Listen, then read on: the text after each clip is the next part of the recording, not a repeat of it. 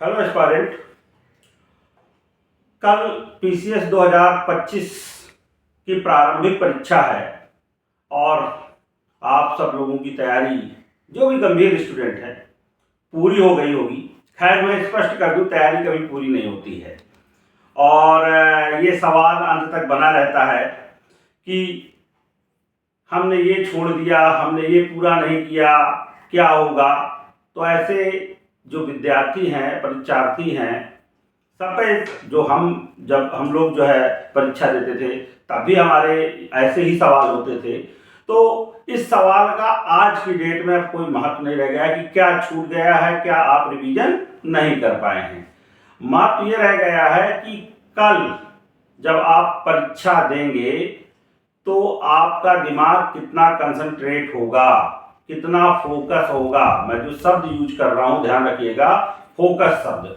बहुत बार ही जब हमारा फोकस गड़बड़ाता है तो हमारे जो तैयार किए हुए प्रश्न होते हैं वो भी गलत हो जाते हैं। अब यही फोकस में एक वर्ड मैं और प्रयोग करूंगा, उत्साह, पेशेंस। देखिए, पूरे परीक्षा के दौरान जो मानसिक तौर पर सुदृढ़ हैं, जो मानसिक तौर पर अपना एक मनोबल बनाए रखते हैं कि नहीं ठीक है, कठिन क्वेश्चन आ जाए तो घबराते नहीं हैं, पूरा पेपर जब तक सही ढंग से ना देख लें तब तक वो आशा नहीं छोड़ते हैं। तो उनके लिए ये महत्वपूर्ण टिप्स है कि आप ये मान के चलिए कि आपको पूरा प्रश्न देखना है। कठिन है तो सिर्फ आपके लिए कठिन प्रश्न नहीं है, सबके लिए कठिन प्रश्न है। अब इसका भी समय नहीं है कि भाई परीक्षा में हमें कैसे पढ़ना चाहिए, कितना पढ़ना चाहिए, क्या छोड़ना चाहिए, ये भी समय चला गया है। देखिए, मैं सीधी सी बात कहता हूं कि आपने जितने मॉक टेस्ट दिए होंगे, जितनी रणनीतियां बनाई होगी परीक्षा के संबंध में, सबको आजमाने का जो वास्तविक समय है वो कल है। और जो वास्तविक समय कल है तो उसमें आपको एक वर्ड है कि आपकी कुशलता की परीक्षा, युद्ध कौशल की परीक्षा युद्ध क्षेत्र में ही होती है। तो कल की जो परीक्षा है वो आपके लिए एक युद्ध क्षेत्र के तरीके है। उसमें आपकी सभी चीजों की परीक्षा होगी। तैयारी कितनी की है वो तो चलो ठीक ही ठीक है, आपका मनोबल कितना है, उत्साह कितना है, ये भी बहुत महत्वपूर्ण होगा। फिर भी मैं अध्यापक हूं तो थोड़ी बहुत टिप्स मैं आपको जरूर दूंगा कि कल आप क्या करें परीक्षा देते वक्त परीक्षा हॉल में। ये बड़ा जरूरी है। देखिए, बहुत सामान्य सी बात है, उसमें से कुछ चीजें पता होंगी। मैं अक्सर कहता हूं कि 150 क्वेश्चन आ रहे हैं आपके जीएस वाले पार्ट में, ठीक है, और 150 क्वेश्चन आप एक साथ करने का प्रयत्न ना करें। हमेशा कोशिश ये रहनी चाहिए कि आप 50-50 का ग्रुप बनाएं, अर्थात 50-50 के 3 ग्रुप बना लें। फायदा क्या होगा इससे? 50 क्वेश्चन आपने किए, एक तो एनालिसिस करने में मदद मिल जाएगी इन 50 में से एकदम करेक्ट कितने हैं। अगर 50 में से आपके 20-25 भी सही निकल रहे हैं पहली बार ही में, कुछ डाउट क्यों छोड़ेंगे आप?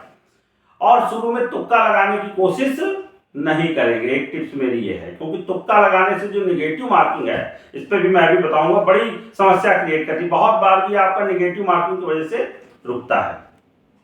तो बहुत सीधी सी बातचीत है कि आप 50 क्वेश्चन करेंगे। कोशिश, अगर जो भी गंभीर स्टूडेंट होंगे तो वो 50 में से 25-30 क्वेश्चन कर ले जाएंगे। 25 कर ले जाएंगे तो भी बहुत बड़ी बात है। अब सीधी सी बातचीत ये है कि अगले 50 में 25, अगले 50 में 25, अगर ऐसा निकल जाता है तो 75 क्वेश्चन होंगे। और कितनी आपको क्वेश्चन अटेम्प्ट करने चाहिए? देखिए, ये बड़ा प्रश्न है लोगों का कि हम कितने क्वेश्चन अटेम्प्ट करें तो सही रहेगा हमारे लिए। तो मान के चलिए कि सही या आज तक अगर औसत प्रश्न आया है, बहुत कठिन नहीं आया है प्रश्न पत्र, औसत प्रश्न पत्र है, तो लगभग 90 से 100 के बीच में कितनी भी मेरिट जाए, हाईएस्ट मेरिट की बात चल रही है, 90 से 100 क्वेश्चन सफिशियंट है। अर्थात अगर आपके 94, 95, 96 कहीं ये सही है, निगेटिव मार्किंग हटा करके, तो आपके सिलेक्शन की संभावना बहुत अधिक है। अब बहुत ही पेपर कठिन आ गया है तो फिर मेरिट आपकी नीचे जाएगी।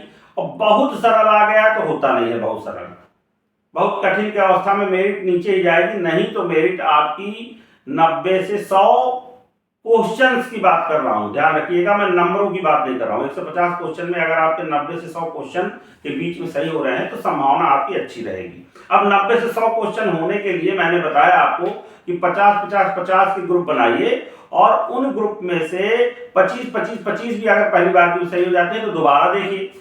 अब दोबारा में अब तुक्का लगाने वाली बारी आएगी, तो तुक्का जो होगा तो बिल्कुल अंधी तुक्का आप नहीं लगाओगे। अब अगर 75 क्वेश्चन हो गए हैं और आपको लगभग 20 से 25 क्वेश्चन और सही करने हैं, ठीक है, तो 20 से 25 क्वेश्चन सही करने के लिए आप एक काम करो कि 45, 40, मैं तो कह रहा हूं 50, 75 किए 50 कर लीजिए तो 125 हो गए।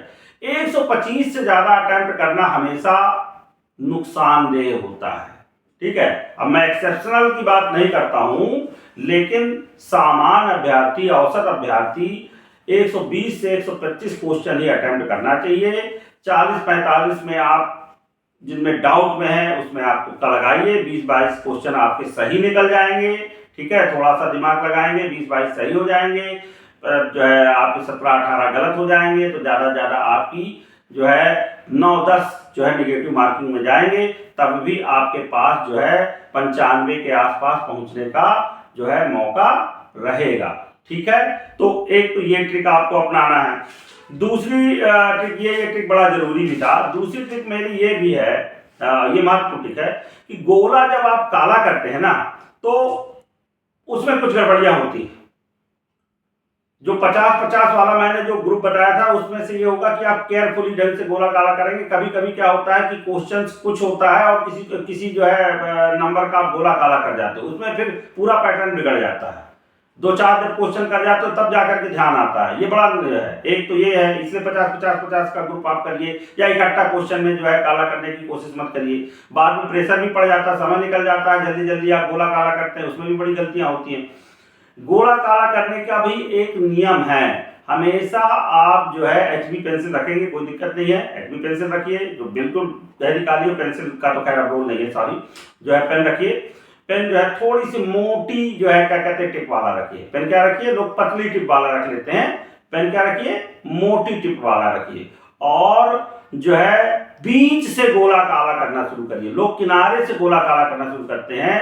एक्चुअली जो स्कैनिंग मशीन होती है OMR शीट की, वो जो गोला काला है वो पकड़ती है बीच से। अगर आपके अगल बगल वाला पूरा काला नहीं है तो भी कोई दिक्कत नहीं, लेकिन अगर बीच में हल्का है या बीच वाला पार्ट आपका छूट गया है किसी कारणवश, तो फिर वो क्वेश्चन आपका सही नहीं माना जाएगा। तो चलिए कुछ मैंने ये टिप्स दी। एक करंट अफेयर में भी मैं टिप्स दे देता हूं कल के लिए। देखिए एक और मैं टिप्स दे देता हूं, सिर्फ कल के लिए। आपके पास हो सकता है आज 4-5 घंटे का रिवीजन मिले। खैर आपके सेंटर दूर दूर पड़े हैं तो आप वहां पहुंच ही जाएं और आराम कर लें, रिफ्रेश हो जाएं, परीक्षा दें, ये बड़ा मुद्दा है। लेकिन फिर भी मैं ये कहूंगा कि आपका अगर समय मिले 5 से 6 घंटे का तो क्या देखना चाहिए। देखिए भाई, अभी हाल ही में उत्तर प्रदेश लोक सेवा आयोग ने समीक्षा अधिकारी का पेपर लिया है। उसका जो पैटर्न है ना वो बिल्कुल अलग है। उन भागों को छुआ गया है जिन्हें उत्तर प्रदेश लोक सेवा आयोग ने अभी तक छोड़ रखा था। लेकिन एक बैठक हुई थी, ध्यान रखिएगा, जिसमें एक कहा गया था कि उत्तर प्रदेश विशेष के प्रश्नों की संख्या बढ़ाई जाएगी। तो समीक्षा अधिकारी में जहां 140 क्वेश्चन आते हैं उसमें भी मैथ रीजनिंग के बीच निकाल लीजिए, लगभग जीएस के 120 क्वेश्चन आते हैं।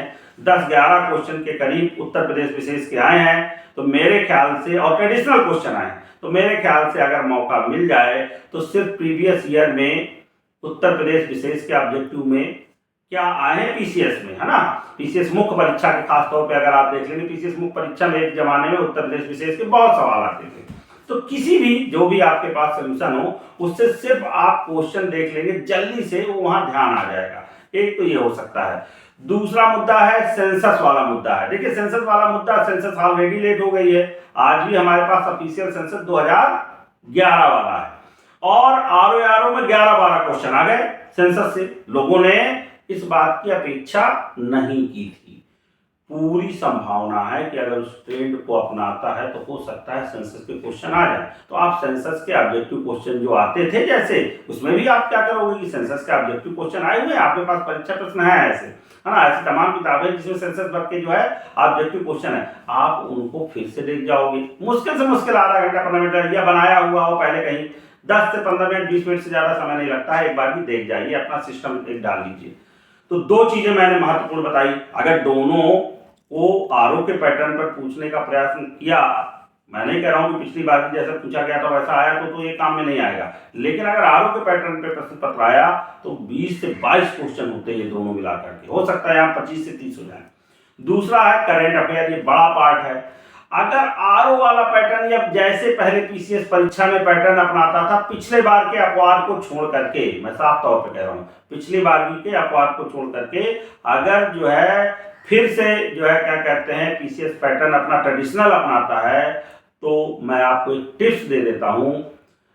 मई माह, जून माह 2025, मई 2025, जून 2025, जुलाई, कम से कम ये 3 महीनों के आप प्रश्न देख लीजिए करंट के, ये ज्यादा महत्वपूर्ण होंगे। और अंत में, खैर जितना आपको समय मिले, अंत में मैं सिर्फ यही कहूंगा, मनोबल, उत्साह 5 से 10 क्वेश्चन आपके बढ़ा देता है, गलतियां आपकी रोक लेता है। अगर आपका मनोबल, उत्साह डाउन होता है पेपर के दौरान तो आप ज्यादा गलतियां करते हो, तो पेपर के दौरान अपना मनोबल बनाए रखें, उस समय दिमाग में यह हावी ना होने दे कि मैंने ये पढ़ा, मैंने ये नहीं पढ़ा, एकदम दिमाग से दे। और लास्ट बात यह है कि जितने आप लोग फार्म से डर जाते हैं कि अरे 10 लाख फार्म पड़े हैं, 5 लाख फार्म पड़े हैं, तो आपको पता होना चाहिए कि जितने लोग फार्म डालते हैं उसका 50% तो एग्जाम में जाते नहीं हैं, एक बात। दूसरी बात यह है कि उसमें से जो जाते हैं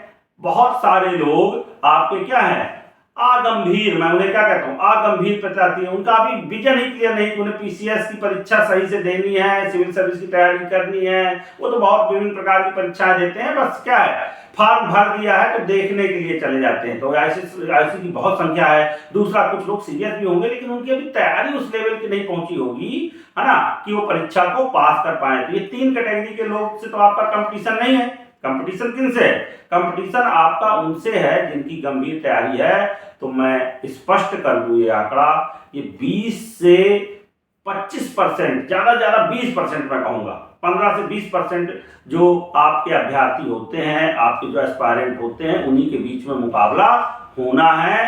आप अगर उनके बीच में से हैं तो ध्यान रखिए, आपको परीक्षा उत्साह से, मनोबल से देना है। गलतियां कम से कम करनी है, नहीं बाद में सोचने के लिए रह जाता है कि अरे ये 2-4 मैंने क्या किया, है ना, ब्लंडर मिस्टेक मुझसे हो गई, और उस ब्लंडर मिस्टेक से 2 नंबर से 3 नंबर से मेरी प्रारंभिक परीक्षा रुक गई। तो मैं साफ तौर पे कहूंगा, मनोबल बनाए रखें, और कल के परीक्षा के लिए आप सभी को मेरी शुभकामनाएं।